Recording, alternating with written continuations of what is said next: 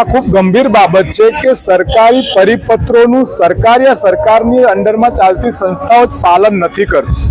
મને જાણવા મળ્યું કે દિલના દર્દીએ આવીને સ્ટેજ પર રજૂઆત કરી।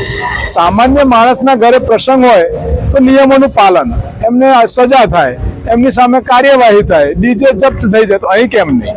અને મને આ સરકારની ખબર નથી પડતી। વરઘોડો કાઢો તો કોનો કાઢવાનો? સરકારની જોડે મળત્યા હોય એમનો વરઘોડો ના નીકળે, ના હોય એનો વરઘોડો નીકળે। નિયમ કોને? તો કે સામાન્ય પ્રજાને। એના સિવાય નહીં। તમે ટાઈમ જુઓ, 10:30 વાગ્યા છે, હજુ ચાલુ છે। 12 વાગ્યા સુધી મને લાગે કાર્યક્રમ ચાલશે। કેમ તંત્ર, પોલીસ બધા જ ચૂપ છે?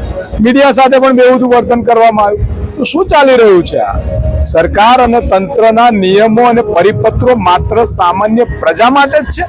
શું એમની પર લાગુ નથી પડતા? આ ખૂબ ગંભીર બાબત છે। આ બાબતે અમે લેખિતમાં રજૂઆત પણ કરીશું અને જરૂર પડે તો હાઈકોર્ટ સુધી પણ અમે પિટિશન દાખલ કરીશું। કારણ કે આ રીતે ના હોય। કાયદો પ્રજા માટે હોય તો તંત્ર માટે પણ હોવો જોઈએ અને સરકારની સંસ્થાઓ માટે પણ હોવો જોઈએ। માત્ર પ્રજા દંડાય અને આ લોકો મજા મારે એ વ્યાજબી નથી। શરમજનક બાબત છે કે હાર્ટ પેશન્ટ કાર્યક્રમમાં આવીને છેક ઉપર રજૂઆત કરે છે, છતાં સુધી બંધ ના થાય। અને સૌથી મોટી ગંભીર બાબત છે કે આટલી રજૂઆતો પોલીસ સ્ટેશનમાં જઈને કરવા છતાં પણ કોઈ કાર્યવાહી નહીં। આટલો સમય વીતી ગયા પછી પણ કાયદાનું પાલન નહીં। બસ પ્રશ્ન એક જ છે, પ્રજા માટે કાયદો અને તંત્ર અને સરકારી સંસ્થાઓ માટે છૂટ શું? સંવિધાન ગુજરાતનું ભારત કરતા યા કાયદો ગુજરાતનો ભારત કરતા અલગ હોય એવું લાગી રહ્યું છે। શરમજનક બાબત છે। આ અહંકાર છે।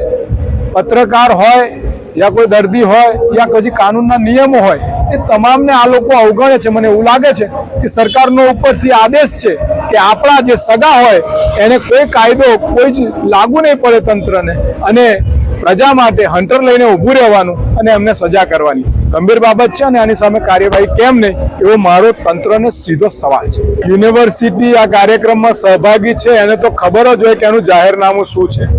જાહેરનામું આપ જોઈ લો ઓનલાઈન, આપને હું આપું, જેની અંદર સ્પષ્ટ તારીખો 1 એપ્રિલથી પરીક્ષાઓ ચાલુ થાય, અત્યારે તૈયારીઓ ચાલુ છે। 3 બાજુ હોસ્ટેલો આવે છે ને રેસિડેન્શિયલ કેટલા પણ આજુબાજુ પીએચડીના સ્ટુડન્ટ પણ રહે છે અને આ બાજુ સ્ટાફ કોલોનીના લોકો પણ રહે છે। શરમજનક બાબત છે। આ બાબતે ખરેખર તંત્ર, યુનિવર્સિટી તમારે ધ્યાન રાખવું જોઈએ। આ કાયદાનું ઉલ્લંઘન છે।